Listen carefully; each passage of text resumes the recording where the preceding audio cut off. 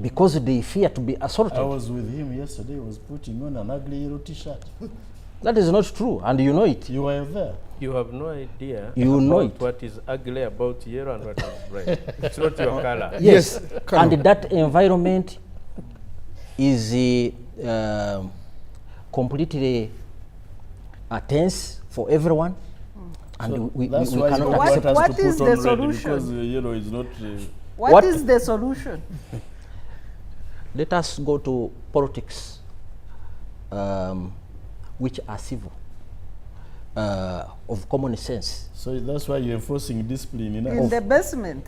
of patriotism, of tolerance. We have had a senior political leader, not even one, I think several, openly calling for undemocratic means to capture power in public, mobilizing young people, and some are good enough and have ended up in that trap. Why are we pursuing that kind of politics? That one. Why are we pursuing that kind of politics? Where we deliberately mislead young people? Is the army partisan? Not at all. Can the army salute any other president that comes into power? Absolutely. That's the constitution.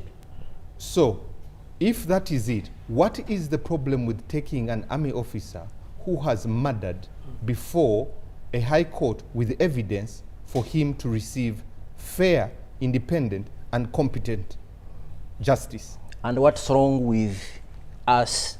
You are the prosecutor, the investigator, and you deliver the justice. The Supreme Court made reference to those points, and the amendment has just addressed them. And that's why I said that law is now stronger, it's more efficient, and it's going to help us deliver justice even better. Because all the issues they raised have been addressed. Not only for the civilians who are under contention, but What even issues for have our been own. addressed? Because even the UPDF members are also Ugandans. They deserve The Supreme fairness. Court said you can't charge offenses which are chargeable in other courts. Have you included those charges in your new law? I'm not into those intricacies. No. I thought you have addressed. You as a member of parliament, because for him, the law has just been given. Have you actually included them? Honorable You Medal brought that Ssegona. Honorable Ssegona, It let's, surrounded the parliament to ensure it goes through. No. Honorable, let's let Kano complete his submission. Please complete. So, But he promised to tell me about what they did to Mohoz for engaging in partisan politics and threatening to kill and violating rights of other people. He puts in his basement. so, He has not answered. so I'm waiting. my appeal was, let the, especially young people, and especially here in Kampala, let them not be misled. Let them observe the law.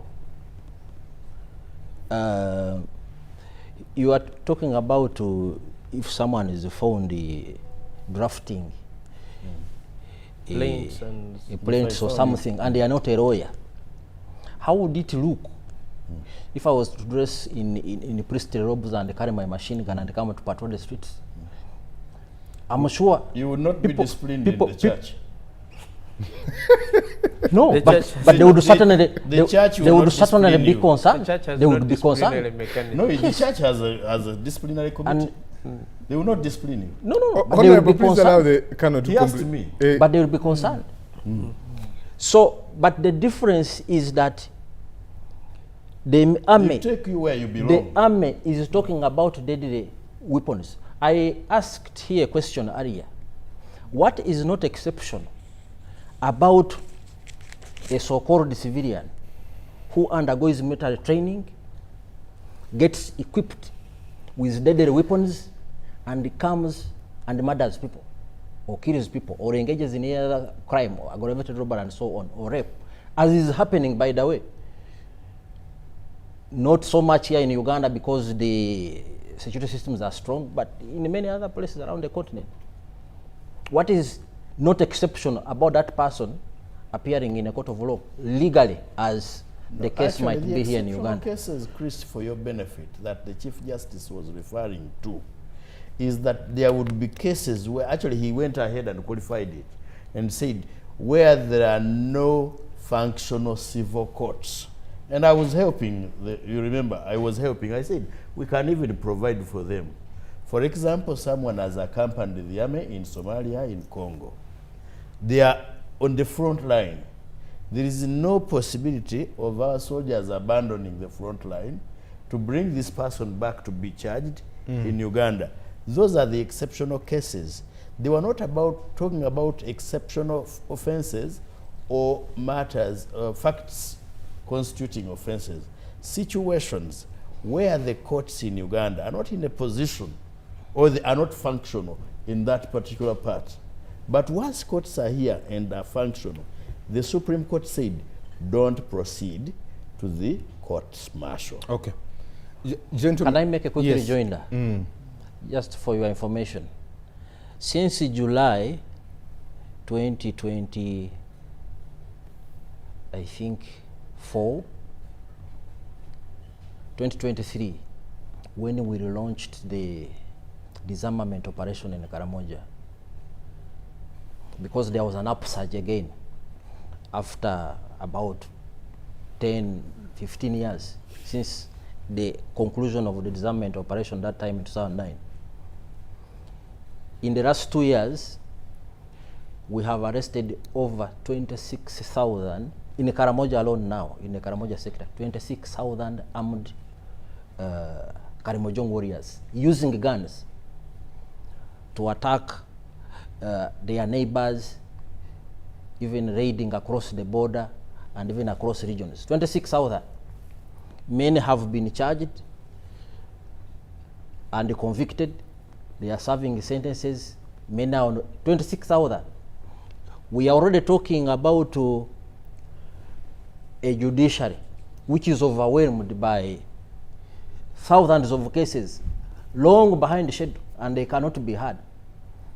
And yet we have an urgent security problem to deal with in Karamoja. Okay. And you are saying that all that should hold, the people can continue committing crime No, and so on. Because what happens? take us more serious. Nobody has said that. No, listen. But what happens with the civil courts? Bail, detention, they are released. They go back and commit crime. The same people.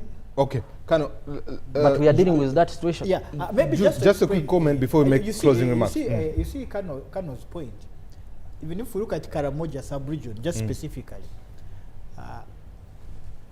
the civilian courts, if you give them the infrastructure which the military has, they'll also do the same work. And in fact, I know for sure that over 100 of some of those warriors, some I think had crossed over, they were Kenyans from the Turkana region, some were minors, and they were still eventually, some were released still through the courts because they had pleaded guilty and things like that. But what's important, you see, Kano, the civilian judiciary is also able to work when it is facilitated. And I know for the division court martial which sat there to be able to process all of those cases, they also did something that was a bit unusual.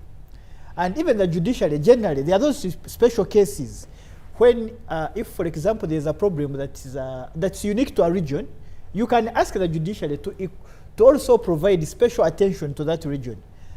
And I mean, if there are people with firearms, the judgment of the Chief Justice. Yes, and it happens all the time. For example, you'll find that the judiciary has sessions for sexual offenses in various parts of the country. And then they go and address them. They'll have a session for land disputes. And then they go and handle them. So the issue is, the advantage that the army had is they were funded to go and do it. They had the capacity. In terms of, you have personnel, you provide security. So if the judges have the security to go and camp in Moroto and Abim and Kapiripiti, they will get the job done. Okay.